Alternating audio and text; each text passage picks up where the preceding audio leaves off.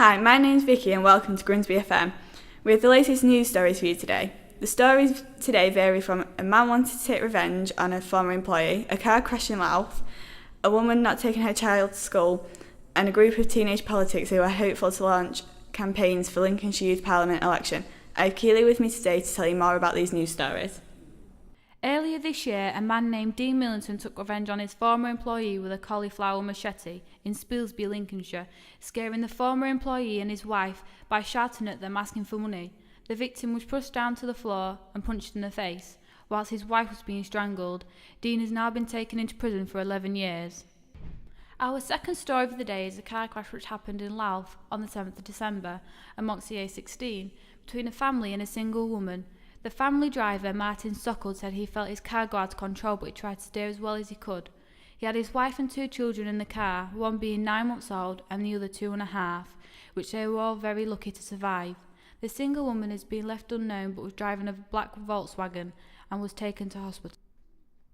The third news story is about a Grimsby mum who hasn't been taking her child to school because she is depressed and unable to get herself up out of bed. She had attended only 54 days at school out of 136, meaning she had missed 82 days of school where only 2 of them had been authorised. But she's moved school since and her attendance is finally increasing. Would you not take your child to school because you have depression? Let us know your thoughts on Twitter at #GrimsbyWeAre.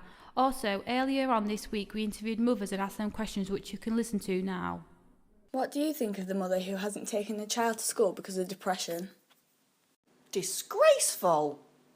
I think the whole situation is ridiculous because despite any issues you have, being a parent always comes first. I'm here with Jasmine today to talk about her new school life. Why didn't your mum take you to school? She always said that she was too poorly to take me, so I never went.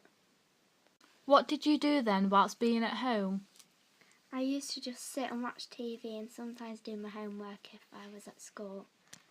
Did you miss anything not attending school?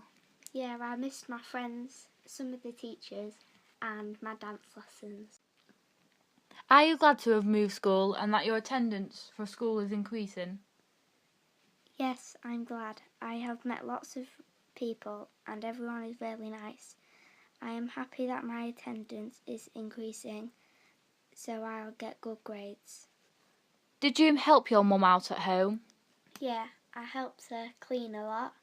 I brought her breakfast and I tried my best to make her smile. Hi, this is Vicky here with Salima Khatun outside Cleethorpes Town Hall discussing her campaign. What is the campaign about? During the Make Your Mark campaign, one of the top issues raised was the living wage, and this was also our regional highest voted for issue by the young people of North East Lincolnshire.